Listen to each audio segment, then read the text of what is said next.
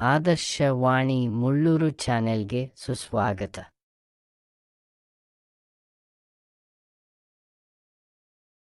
ಭಾರತೀಯರು ಆಚರಿಸುವ ಯಾವುದೇ ಹಬ್ಬಹರಿದಿನಗಳು, ಸಮಾರಂಭ, ದಿನಾಚರಣೆ, ಜಯಂತಿ, ಉತ್ಸವಗಳು ಸಾಮಾನ್ಯವಾಗಿ ಅಮರವಾಗಿ ಉಳಿದಿರುವ ಯಾವುದೋ ಗತ ವ್ಯಕ್ತಿಯ, ಶಕ್ತಿಯ ಅಥವಾ ಪ್ರಾಚೀನತೆಯ ಪ್ರತೀಕಗಳಾಗಿರುತ್ತವೆ. ಹೀಗೆ ಹಿಂದೂಗಳ ಪ್ರಮುಖ ಹಬ್ಬಗಳಲ್ಲೊಂದಾದ ಮಹಾಶಿವರಾತ್ರಿ ಆಚರಣೆಗೂ ಹಿನ್ನೆಲೆಯಿದೆ. ಅನೇಕ ಕಥೆಗಳಿವೆ. ಶಿವನು ಪಾರ್ವತಿ ದೇವಿಯನ್ನು ವಿವಾಹವಾದ ದಿನವಾಗಿ ಶಿವರಾತ್ರಿ ಎಂದು ಹೇಳಲಾಗುತ್ತದೆ. ಅಲ್ಲದೆ ದೇವತೆಗಳು ಹಾಗೂ ಅಸುರರ ನಡುವೆ ಸಮುದ್ರ ಮಂಥನ ನಡೆದು ವಿಷ ಉದ್ಭವವಾದಾಗ ಅದನ್ನು ಶಿವ ಕುಡಿದ. ವಿಷ ಗಂಟಲೊಳಗಿಂದ ಇಳಿಯದಂತೆ ಪಾರ್ವತಿ ಇಡೀ ರಾತ್ರಿ ತಡೆದಳು ಎನ್ನುತ್ತದೆ ಶಿವಪುರಾಣದ ಇನ್ನೊಂದು ಮಹಿಮೆ. ಜೊತೆಗೆ ಭಗೀರಥನ ತಪಸ್ಸಿಗೆ ಮೆಚ್ಚಿ ಇಳೆಗೆ ಇಳಿದು ಬಂದ ಗಂಗೆಯನ್ನು ಶಿವ ತನ್ನ ಜಡೆಯಲ್ಲಿ ತುಂಬಿಸಿಕೊಂಡಿದ್ದ. ಇದರಿಂದ ವಿಚಲಿತನಾದ ಭಗೀರಥ ಗಂಗೆಯನ್ನು ಭೂಮಿಗೆ ಹರಿಸುವಂತೆ ಶಿವನನ್ನು ಪ್ರಾರ್ಥಿಸಿದ. ಆತನ ಭಕ್ತಿಗೆ ಮೆಚ್ಚಿ ಶಿವ ಗಂಗೆಯನ್ನು ಹರಿಯಬಿಟ್ಟಿದ್ದು ಇದೇ ದಿನ ಎನ್ನುತ್ತದೆ ಪುರಾಣ. ಇನ್ನು ಶಿವನ ಆದಿ ಮತ್ತು ಅಂತ್ಯ ಹುಡುಕಲು ಹೊರಟ ವಿಷ್ಣು ಹಾಗೂ ಬ್ರಹ್ಮನಿಗೆ ಶಿವರಾತ್ರಿಯಂದು ಶಿವ ಲಿಂಗರೂಪಿಯಾಗಿ ದರ್ಶನ ನೀಡಿದ ಎಂಬುದು ಪ್ರತೀತಿ. ಶಿವರಾತ್ರಿ ಆಚರಣೆಯ ಹಿನ್ನೆಲೆ. ಕೈಲಾಸವಾಸಿ ಶಿವನಿಗೆ ಶಿವರಾತ್ರಿ ಅತ್ಯಂತ ಪ್ರಿಯವಾದ ದಿನ. ಶಿವರಾತ್ರಿಯಂದು ತನ್ನನ್ನು ಪೂಜಿಸುವ ಭಕ್ತರಿಗೆ ತಾನು ವಿಶೇಷವಾಗಿ ಅನುಗ್ರಹ ನೀಡುವುದಾಗಿ ಸ್ವತಃ ಶಿವನೇ ಪಾರ್ವತಿಯಲ್ಲಿ ಅರುಹಿದ್ದಾನೆ ಎನ್ನುತ್ತದೆ ಶಿವಪುರಾಣ.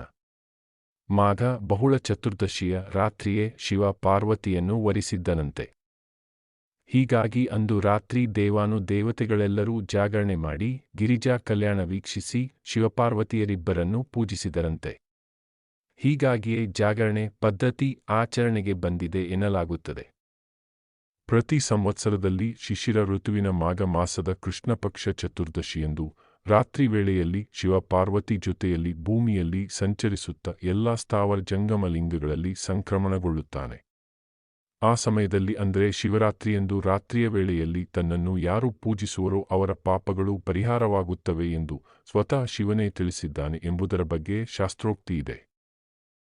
ಶಿವರಾತ್ರಿಯು ಪೂಜೆಗೆ ಬಹು ಪ್ರಾಶಸ್ತ್ಯವಾದ ಸಮಯ.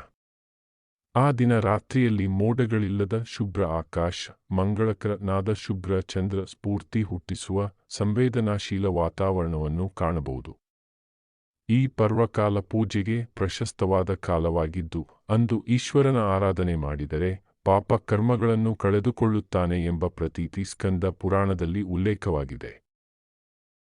ಹೀಗೆ ಮಹಾಶಿವರಾತ್ರಿಯ ಈ ಪವಿತ್ರ ದಿನದ ಮಧ್ಯರಾತ್ರಿಯಲ್ಲಿ ಶಿವಲಿಂಗ ರೂಪದಲ್ಲಿ ಆವಿರ್ಭವಿಸಿದನಂತೆ. ಹಿಂದೂಗಳಿಗೆ ಪ್ರಮುಖವಾಗಿ ಶಿವಭಕ್ತರಿಗೆ ಮಹಾಶಿವರಾತ್ರಿ ಉಪವಾಸದ ದಿನವಾದರೂ ಹಬ್ಬದ ಸಡಗರ ಮನೆ ಮಾಡುತ್ತದೆ. ಅಂದು ಪ್ರಾತಃ ಕಾಲದಲ್ಲಿಯೇ ಎದ್ದು ಸ್ನಾನ ಮಾಡಿ ಮಡಿ ವಸ್ತ್ರ ತೊಟ್ಟು ಉಪವಾಸವಿದ್ದು ಶಿವದೇವಾಲಯಗಳಿಗೆ ತೆರಳಿ ಶಿವಾರ್ಚನೆ ಮಾಡಿದರೆ ಮತ್ತು ರಾತ್ರಿಯಿಡೀ ಜಾಗರಣೆ ಮಾಡಿ ಶಿವನ ಪೂಜೆ ಮಾಡಿದರೆ ಎಲ್ಲ ಕಷ್ಟಗಳು ಪರಿಹಾರವಾಗಿ ಸುಖ, ಶಾಂತಿ, ಸಂಪತ್ತು ಲಭಿಸುತ್ತದೆ, ಪಾಪ ಪರಿಹಾರವಾಗುತ್ತದೆ ಎಂಬ ನಂಬಿಕೆಯೂ ಇದೆ. ಸಾಮಾನ್ಯವಾಗಿ ಎಲ್ಲ ಶಿವ ದೇವಾಲಯಗಳಲ್ಲೂ ಮಹಾರಾತ್ರಿಯಿಡೀ ಗಂಗಾಜಲಾಭಿಷೇಕ, ಪಂಚಾಮೃತ ಅಭಿಷೇಕ ನಡೆಯುತ್ತದೆ. ಗೋರೋಚನ, ವಿಭೂತಿ ಹಾಗೂ ರುದ್ರಾಕ್ಷಿ ಮಾಲೆಯಿಂದ ಶಿವಲಿಂಗವನ್ನು ಅಲಂಕರಿಸಲಾಗುತ್ತದೆ. ಪುಷ್ಪಗಳಿಂದ ಹಾಗೂ ಬಿಲ್ವಪತ್ರೆಯಿಂದ ವಿಶೇಷ ಅಲಂಕಾರದೊಂದಿಗೆ ಪೂಜಾ ಕೈಂಕರ್ಯಗಳು ನಡೆಯುತ್ತವೆ. ಮಹಾಶಿವರಾತ್ರಿಯಂದು ಬಿಲ್ವಪತ್ರೆಯನ್ನು ಶಿವಲಿಂಗದ ಮೇಲಿಟ್ಟು ಪೂಜಿಸಿದರೆ ಯಾಗ ಮಾಡಿದ ಫಲ ದೊರೆಯುತ್ತದೆ ಎಂದು ಹಿರಿಯರು ಹೇಳುತ್ತಾರೆ. ಶಿವರಾತ್ರಿಯ ಆಚರಣೆಗೆ ವೈಜ್ಞಾನಿಕ ಕಾರಣ ಅಲ್ಲದೆ ಶಿವರಾತ್ರಿಯ ಆಚರಣೆಗೆ ವೈಜ್ಞಾನಿಕ ಕಾರಣಗಳು ಇವೆ. ಸೂರ್ಯ ಮತ್ತು ಚಂದ್ರರ ಚಲನೆಯಿಂದಾಗುವ ಎಲ್ಲಾ ಕಾಲ ವ್ಯತ್ಯಾಸಕ್ಕೆ ನಮ್ಮ ದೇಹ ಹೊಂದಿಕೊಳ್ಳಬೇಕಾಗುತ್ತದೆ.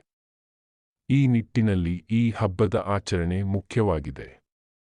ಈ ಸಮಯದಲ್ಲಿ ಚಳಿಗಾಲವು ಮುಗಿದು ಬೇಸಿಗೆ ಕಾಲವು ಪ್ರಾರಂಭಗೊಳ್ಳುವುದು.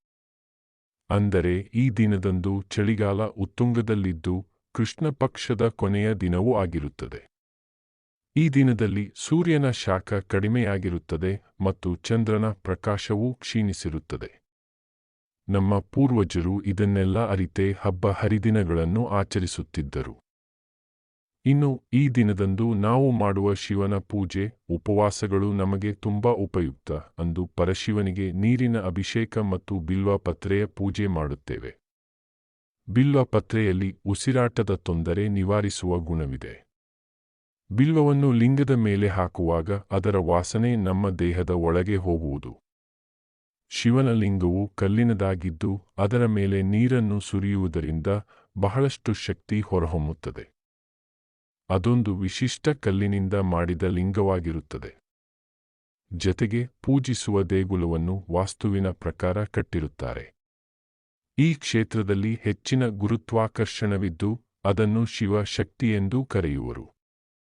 ಇಲ್ಲಿ ಮಂತ್ರಗಳನ್ನು ಪಠಿಸುತ್ತಾ ವಿಶಿಷ್ಟ ಕಲ್ಲಿನಿಂದ ಕೆತ್ತಿರುವ ಲಿಂಗಕ್ಕೆ ನೀರಿನ ಅಭಿಷೇಕ ಮಾಡುವುದರಿಂದ ಸುತ್ತಮುತ್ತಲೆಲ್ಲ ಹೆಚ್ಚಿನ ಶಕ್ತಿ ಬರುವುದೆಂಬ ನಂಬಿಕೆ ಇದೆ. ಇದಕ್ಕಾಗಿ ಧನ್ಯವಾದಗಳು. ಶೇರ್ ಮಾಡಿ, ಲೈಕ್ ಮಾಡಿ, ಸಬ್ಸ್ಕ್ರೈಬ್ ಮಾಡಿ.